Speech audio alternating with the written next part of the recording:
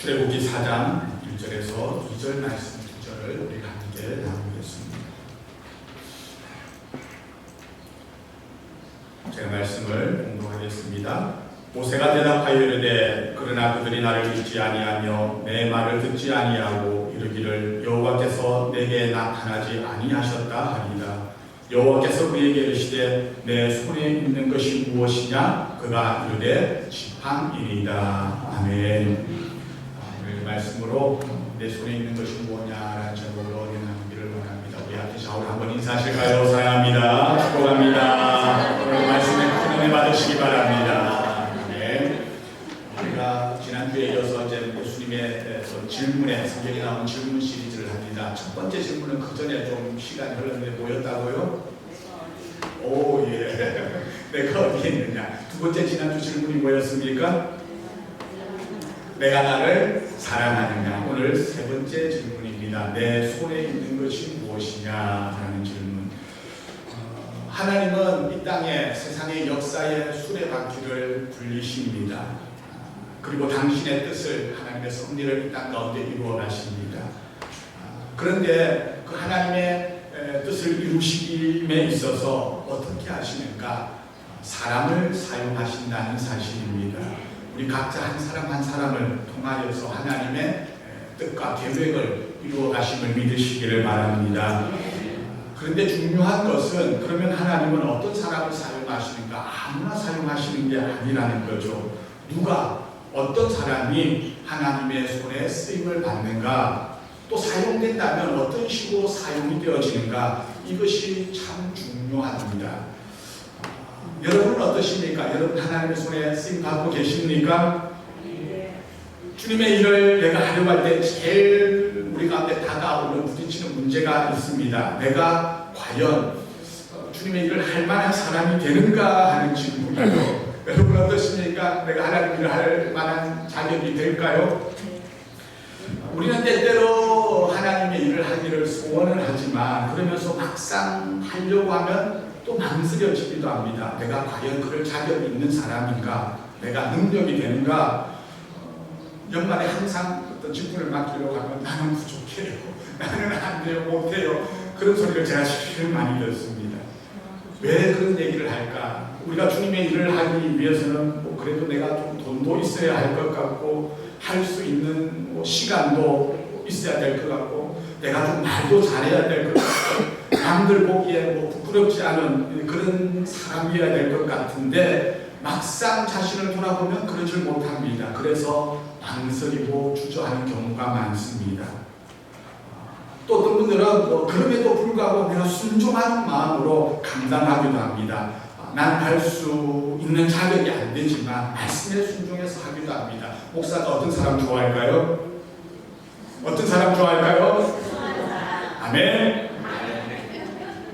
그리고 기왕 하는 거 잘하고 싶은데 어떻게 하면 또 잘 할 수 있을까 고민도 됩니다. 하나님은 어떤 사람 사용하실까요? 하나님이 우리를 사용하시고자 할 때 여러분의 반응은 어떻습니까? 오늘 본문에 나오는 등장인물이 모세라는 사람이죠. 모세는 여러분이 아시는 대로 아주 드라마틱한 그런 인생을 살았습니다. 이스라엘 민족이 히브리 민족일 때죠. 애굽의 노예로 고통당하던 시절에 태어났습니다. 노예인 히브리 민족의 수가 점점 더 많아지니까 하나님이 참 번성하는 복을 허락하셨잖아요.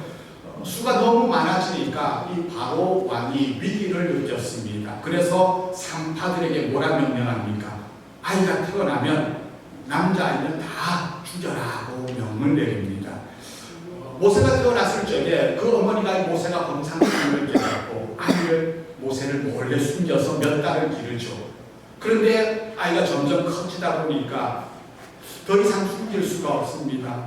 더 이상 어쩌지 못하고 하나님 손에 맡깁니다 하는 그런 마음으로 갈대 상자에 넣어서 나일강에 띄우게 되죠. 그때 마침 목욕하러 온 바로의 딸, 그 공주의 눈에 띄게 되고 모세가 그 딸로 아들로 입양아가 됩니다. 그래서 모세는 아이러니하게도 바로의 궁궐에서 바로의 딸에 입양하니까 그 신분이 뭘까요? 왕자가 되죠. 왕자로서 자라나게 됩니다. 모세가 그렇게 애굽의 왕자로 40년을 살아가지만 그러나 그 마음속에는 그 뿌리에 그 자신의 민족의 뿌리가 딱 정해져 있습니다. 히브리 민족이라는 정체성은 결코 잊어버리지 않았습니다. 왜? 엄마가 늘 유모가 되어서 키웠거든요.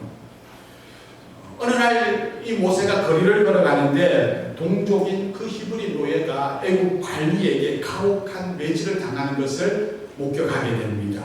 그 순간 안타까움에 순간적인 분노가 치밀어서 그만 애굽 관리를 죽여버리고 그것이 들통날까봐 몰래 숨기게 됩니다. 다음날 또 거리를 나갔는데 이번에는 동족끼리 싸우는 것을 보니까 안타까운 마음에 뭐라 합니까? 이보시오들, 우리가 서로 힘들게 살아가는데 당신들 왜 싸우냐? 싸우지 말라. 그랬더니 그 중에 한 사람이 당신이 뭔데 참견이냐? 누가 너를 재판관으로 세웠느냐? 어제처럼 또 때려 죽이려고 하느냐? 그 말을 듣는 순간 모세는 아무도 모를 줄 알았던 그 살인이 다 드러난 것을 알았습니다. 그래서 모세는 이 일로 인해서 바로의 궁에 더 이상 머물지 못하고 광야로 내쫓기는 그런 신세가 되고 말죠. 그 광야에서 이방 제사장인 이드로를 만나고 그 딸과 결혼해서 그 집에서 이제 양을 치면서 40년의 세월을 살게 되는 겁니다. 왕자로서 40년을 살다가 이제는 양치기가 되어서 40년을 지내는데 그 40년 동안 여러분 지나면 어떤 느낌이 들겠습니까? 미국에 40년 전에 오신 분 혹시 계십니까? 40년 전에는 아직 없으신가요? 40년을 양치기로 지내니까 이제는 자기의 과거의 신분도 다 잊어버리고 세월도 그를 잊어버리고 모세 본인도 자신을 잊어버리고 그냥 바람의 먼지처럼 초계라고 그러죠. 그렇게 살아가는 그런 세월을 보내게 됩니다. 그러던 어느 날 여느 때와 다름없이 또 양을 치러 나갔는데 신기한 광경을 하나 목격하게 됩니다. 하나님의 산이라고 하는 호렙산에 이르렀는데 떨기나무에 불이 붙었는데 불이 붙으면 나무가 타서 없어져야 되는데 그 나무가 타서 없어지지 않냐고 그대로 있는 신기한 광경을 목격하게 됩니다. 도대체 이게 무슨 일일까 하고 가까이 가서 보고 있는 그때에 여호와의 사자가 나타나서 모세에게 말합니다. 내가 너의 백성의 내 백성의 부르짖음을 들었도다. 이건 하나님을 대변하는 목소리죠. 그래서 내 백성을 구원하려고 하니 너가 바로에게 가서 내 백성을 적과 꿀이 흐르는 가나안 땅으로 인도해 내라고 바로에게 전하라고 얘기합니다. 그러면서 말씀하시기를 내가 반드시 모세 너와 함께 하겠다 약속을 해주셨습니다. 얼마나 귀한 말씀입니까? 우리가 만약 이런 광경을 내가 개인적으로 목격을 하게 되면 그리고 하나님께로부터 확인을 하게 되면 여러분 반응 어떠실 것 같습니까? 하나님이 나에게 개인적으로 이렇게 말씀하시면 우리가 감동하여서 감격해서 눈물을 글쓰면서 아멘 아멘 내가 순종하겠습니다 라고 가야 되지 않겠습니까? 하나님이 말씀하시는데 그런데 모세가 뭐라고 대답을 하는가 하면 3장 11절 말씀입니다.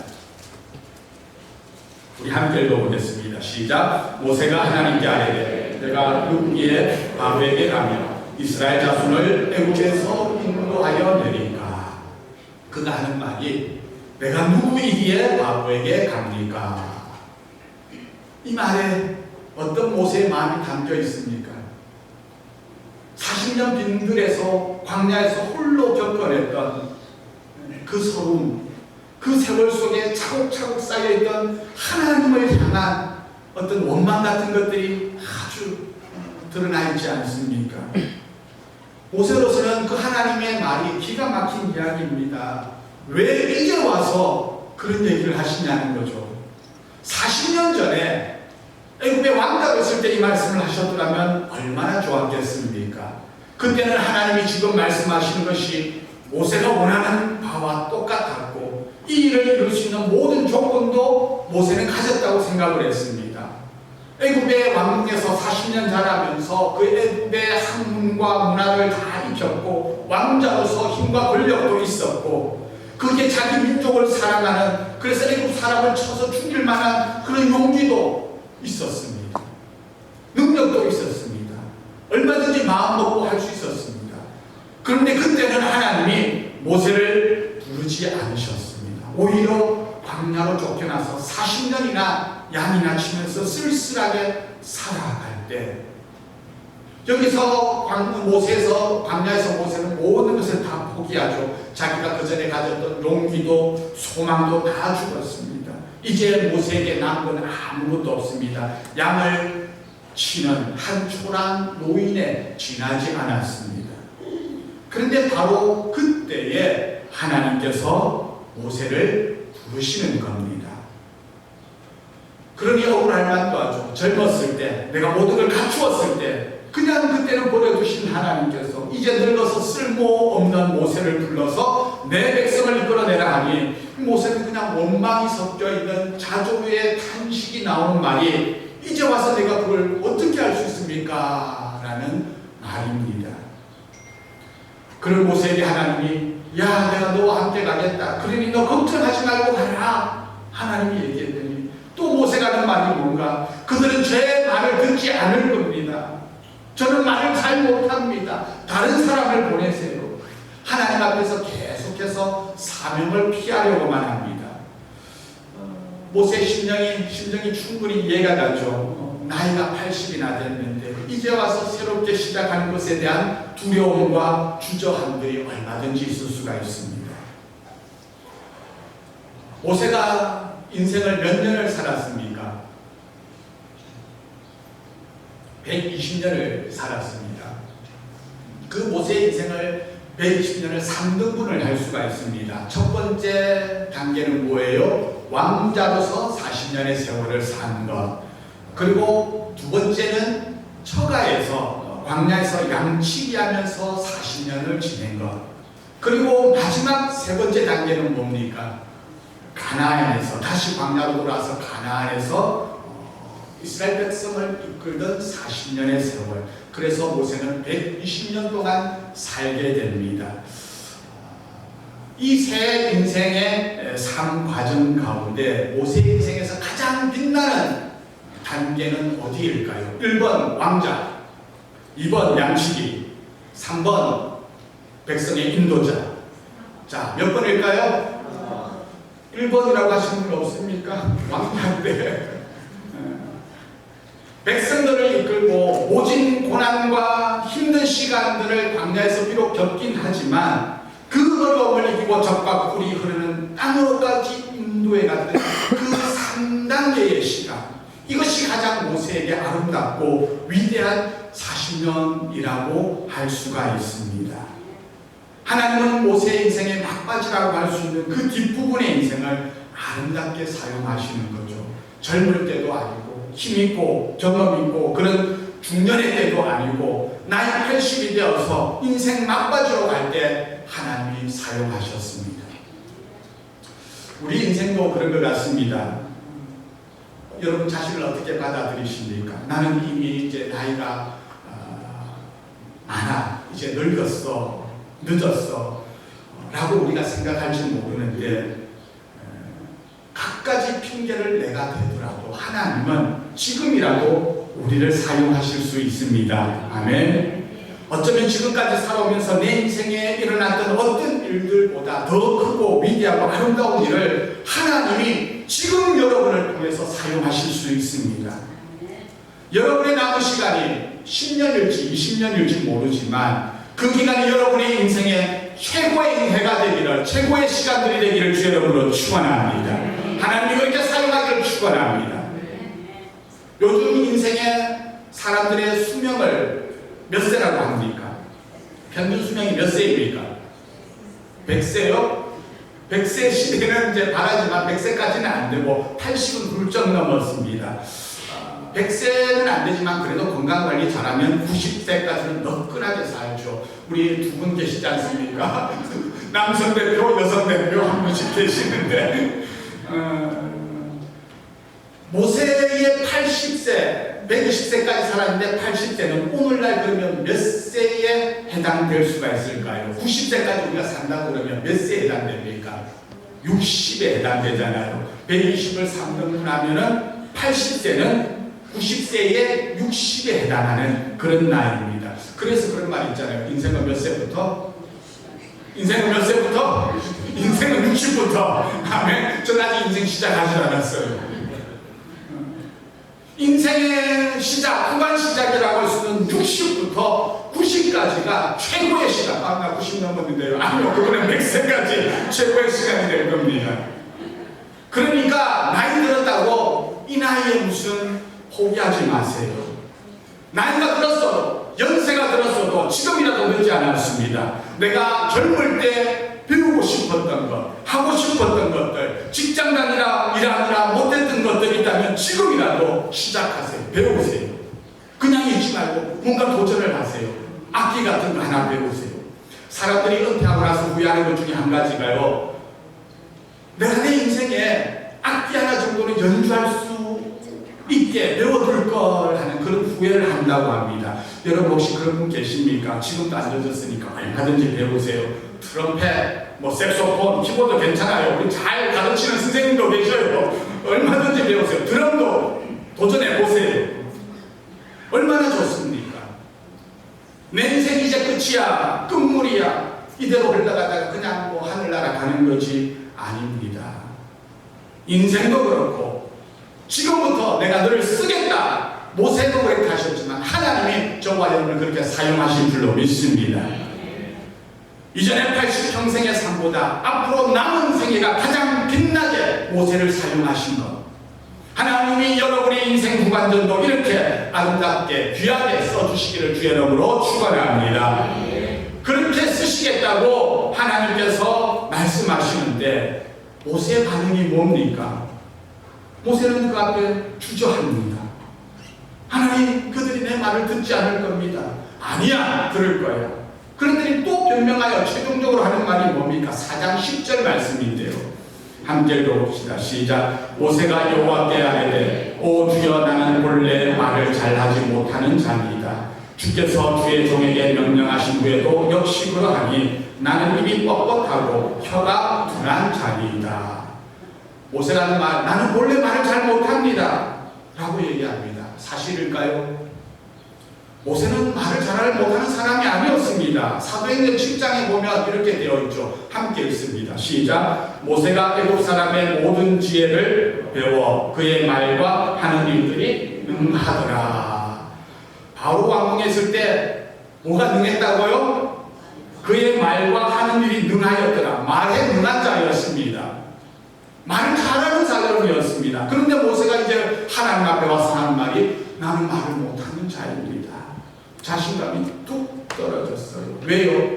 왜 그렇게 됐을까요? 40년 광야에서 양이나 치고 있으니 맨날 양하고만 하면서 양하고만 대화를 하니까 말하는 법을 잊어버린 겁니다. 우리 40년 전에 한국 사람 떠나와가지고 한국말 잘 안 된다고 그러잖아요. 말을 상대가 없으니까 그가 배웠던 학문들, 그가 했던 말하는 방법들 다 자신감이 떨어진 채 나는 말을 잘 못합니다. 그랬더니 하나님 말씀, 괜찮아, 너 말 잘 못해도 너를 쓸 거야. 사람들은 내 말 듣기나 할까요? 믿기나 할까요? 걱정하지 마, 내가 너의 말을 믿게 해줄게. 하나님, 그래도 나는 못해요. 그때 하나님께서 화를 막 뚜껑 열리려고 하는 걸 참으면서 모세를 설득하는 말이 11절이죠. 함께 읽어봅시다. 시작. 여호와께서 그에게 이르시되 누가 사람의 입을 지었느냐? 누가 말 못하는 자냐? 못 듣는 자나 눈 밝은 자나 맹인이 되게 하였느냐? 나 여호와가 아니냐. 본래가 어디 있냐? 나 본래 못합니다. 본래가 어디 있냐? 하나님이 모든 것을 하실 수 있는 분임을 너는 왜 알지 못하느냐? 내가 너에게 할 말 또한 가르치겠다고 약속을 해줍니다. 그럼에도 불구하고 모세가 뭐라고 대답할까요? 13절 말씀 함께 읽습니다. 시작. 모세가 이르되 오 주여, 보낼 만한 자를 보내소서. 모세도 참 대단합니다. 한고직합니다. 하나님 그래도 저는 아닙니다. 다른 사람 보내세요. 이쯤 되면 하나님도 열받아가지고 때려주어라 하실 것 같은데, 그 정도 했으면 목이 비기는 척하고 가야지 맞는 것 아닙니까? 그런데요, 이 모세의 모습이 그 속에서 누구의 모습을 발견합니까? 누구의 모습을 발견합니까? 나의 모습, 우리의 모습을 발견합니다. 하나님 말씀에 순종하기 싫어가지고 변명으로 둘러대는 그런 모습. 모세가 뭐라고 끊임없이 변명합니까? 내가 젊을 때 좀 하시지, 내가 힘이 있을 때 좀 하시지, 내가 왕자로 권력이 있을 때 좀 하시지, 내가 배운 것 안 잊어먹었을 때, 내가 말을 잘할 때 좀 부르셔서 쓰시지, 이제 다 늙어서 막대기 같은 나를 뭘 할 수가 있겠습니까? 여러분, 이거는요 늘 우리가 부딪히는 문제이기도 하고 우리의 유혹이기도 합니다. 하나님, 내가 먹고 살기 바쁜데 조금만 기다려주세요. 하나님, 내가 조금 상황이 좋아지면, 하나님 내가 건강이 좋아지면, 형편이 되면 그때 하나님 앞에 나오고 순종할게요. 그런데 우리가 착각하는 게 있습니다. 뭘 착각할까요? 착각하고 있을까요? 내일이 내 날일까요? 내일, 투모로우가 나의 날일까요? 내 계획대로 될까요? 아닙니다. 내일은 나의 날이 아닙니다. 내 날이 아닙니다. 하나님이 주셔야지 내일이라는 미래가 오늘이라는 내 날이 되어지는 것입니다. 여러분, 어느한 일과 그런 표를 가지고 있습니까? 육체가 지금 약하십니까? 내가 배움이 부족합니까? 하나님은 모든 것을 만드신 창조주이십니다. 우리를 창조하신 분이십니다. 우리를 도우셔서 여기까지, 우리의 약함까지도 강함으로 바꾸시는 분이 하나님이신 줄 믿으시기를 바랍니다. 그런데 하나님이 나를 쓰시고자 해도, 앞으로 놀라운 일들을 우리를 통해 약속을 해주어도, 우리는 내 처지를 보고 내 현실을 보면서 아니야, 난 못해, 나까지 게 뭐라고 이러면서 그냥 주저앉아버리고 맙니다. 그러나 지금까지 나는 안 돼, 나이가 많아서 못해, 내가 뭘 하겠어 이랬던 사람도 오늘 하나님이 여러분을 만나주시고 붙들어주시고 할 수 있다, 하면 된다는 그 믿음을 주시기를 축원합니다. 할 수 있거든이 무슨 말이냐? 믿는 자에게는 뭐가 없어요? 능치 못함이 없느니라. 아멘. 할 수 있다 생각하면 할 수 있는 것이고, 할 수 없다 생각하면 할 수 없는 것입니다. 할 수 있게 하시는 그 하나님을 의지하면 하게 될 줄 믿으시기를 바랍니다. 아멘. 모세는 하나님의 팔을 의지하는데 그게 안 되는 거예요. 자꾸 현실을 보니까 안 돼요, 못해요. 그때 하나님이 하신 말씀, 모세야, 네 손에 있는 것이 무엇이냐? 지팡이입니다. 지금 모세에게 그 손에 있는 것은 지팡이 하나입니다. 무엇을 의미하겠습니까? 아무것도 없는 빈 털털이라는 걸 드러내죠. 양도 자기 양이 아니라 자기네 양이고, 손에 든 지팡이 하나 외에는 모세는 아무것도 없는 빈 털털이, 한때 왕자의 신분으로서 온갖 권세와 부귀영화를 누리던 모세가 지금 나는 거지고 빈털털입니다 라고 고백하고 있는 겁니다. 그랬더니 하나님이 말씀하셔요. 괜찮다, 네가 지팡이 하나만 있어도, 네가 아무것도 없는 사람이라고 해도 내가 너를 들었으리라. 내 형편에, 내 처지에 어떻게 하겠어? 여러분 걱정 마세요. 내 형편과 상관없이 하나님은 얼마든지 사용하실 수 있음을 믿으시기 바랍니다. 하나님께 순종해서 나를 바치며, 예 하나님 제가 여기 있습니다 하면 하나님은 나의 부족한 것도 쓰시고, 나의 어리석은 것도 사용하시고, 나의 약함도 강하게 사용하시고, 나의 가난까지도 쓰실 수가 있음을 믿습니다. 네 손에 있는 게 뭐냐? 지팡이입니다. 괜찮다, 그거 가지고 하자. 그 지팡이가 능력의 지팡이, 그 지팡이가 기적의 지팡이가 될 것이라고 말씀하십니다. 하나님이 이스라엘 백성들을 이끌어낼 사명을 모세에게 주셨더라면 모세에게 주어진 것이 뭔가 좀 그럴듯한 것이 되어야 되지 않겠습니까? 지팡이가 아니라 바로 앞에 가가지고 휘두를 수 있는 칼이라도 하나 좀 주시지. 그 칼 한번 휘두르면은 그냥 수십 명의 애국 군인들이 나가 떨어지는 칼, 뭐 엑스칼리버 같은 그런 칼, 보기만 해도 하나님의 위협이 느껴지는 그런 무기라도 주시면 얼마나 좋겠습니까? 그런데 그의 손에 쥐어준 것은 겨우 지팡이 하나입니다. 그것도 하나님이 준 것도 아니고요, 모세가 40년 동안 자기 분신처럼 사용했던 손때가 꼬질꼬질 묻어있는 그 지팡이. 그런데 가만히 생각해 보세요. 우리가 의식하지 못할 정도로 항상 일상 속에 있던 그 일들, 어떤 것이, 그것이 때로는 하나님의 지팡이가 되고 하나님의 도구가 되게 하신다는 사실입니다. 뭔가 거창한 것을 주셔서, 뭐 대단한 것을 주셔서 하시는 것이 아니라 내 일상 속에서 하는 것들을 하나님이 사용하신다는 것, 이것이 하나님이 일하시는 스타일입니다. 뭔가 새롭고 위대한 것을 주시는 게 아니라 늘 모세 손에 들려있던 지팡이, 그 지팡이가 나중에 하나님의 기적의 지팡이가 된다는 사실. 모세 손에 들려있던 지팡이가 나중에 뭐라고 표현을 하는가 하면요, 4장 20절 말씀입니다. 함께 읽어봅시다. 시작. 모세가 그의 아내와 아들들을 나귀에 태우고 애국으로 돌아가는데 모세가 하나님의 지팡이를 손에 잡았다. 무슨 지팡이요? 모세가 출애굽의 그 역사를 일으키기 위해서 애국으로 떠나가는데 그가 뭘 잡았다고요? 모세의 지팡이가 아니라 하나님의 지팡이라고 표현을 합니다. 그 지팡이가 뭐 하나님이 직접 선물해 주신 건가요? 아닙니다. 양을 칠 때 광야에서 늘 들고 다니던 그 지팡이입니다. 그 지팡이를 잡고 애국으로 갔는데 그걸 하나님의 지팡이라고 표현을 하고 있습니다. 모세의 지팡이가 하나님의 지팡이로 변하는 것, 뭐 지팡이 재질이 달라진 것도 아니고 그저 흔한 광야에 때묻은 지팡이인데 거기에서 뭐 빛이 나거나 뭐 멋진 모습으로 변하는 것도 아닌데 겉으로 보기엔 달라진 것 아무것도 없습니다. 그러면 뭐가 달라졌습니까? 하나님의 약속이 그 지팡이 가운데 새겨져 있다는 것입니다. 하나님께서 내가 너와 함께 하겠다는 그 약속이 이 지팡이 위에 얹혀져 있는 겁니다. 실제로 애굽에 재앙이 내릴 적에 모세가 그 지팡이를 내미니까 나일강이 피로 변하게 되고요. 하나님께서는 뭐 그런 거 없어도 그냥 말씀으로도 바람 한 번만 불어도 뭐 피로, 강물을 피로 바꿀 수도 있습니다. 지팡이가 없어도 그 이전의 역사를 하나님 능히 이루실 수가 있습니다.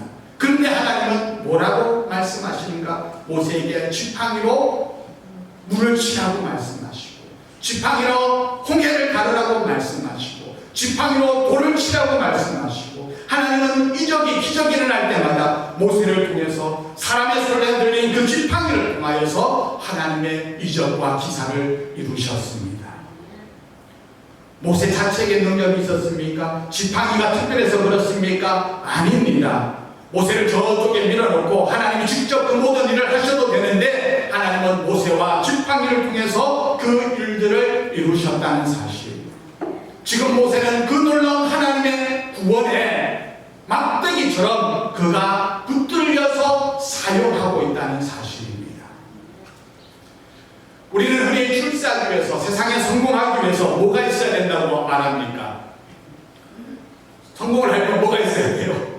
백이 든든해야 된다고, 연줄이 있어야 된다고, 내가 가진 스펙이 좋아야 된다고 흔히 그런 얘기들 많이 하죠.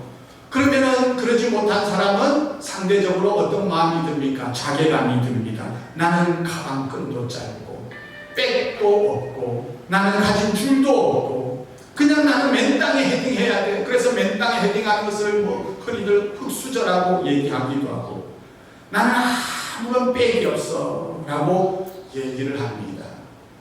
여러분 정말 그럴까요? 여러분 정말 백이 없으십니까? 뭐 핸드백, 명품백 말고 정말 백이 없으십니까? 우리에게는 최고의 백이 있습니다. 뭐가 백입니까? 하나님이 우리의 백이고 하나님이 우리의 능력이고 하나님이 우리의 스펙인 줄 믿으시기를 바랍니다. 비록 내가 마른 막대기 같은 존재 문제이지만 하나님이 그 인생 가운데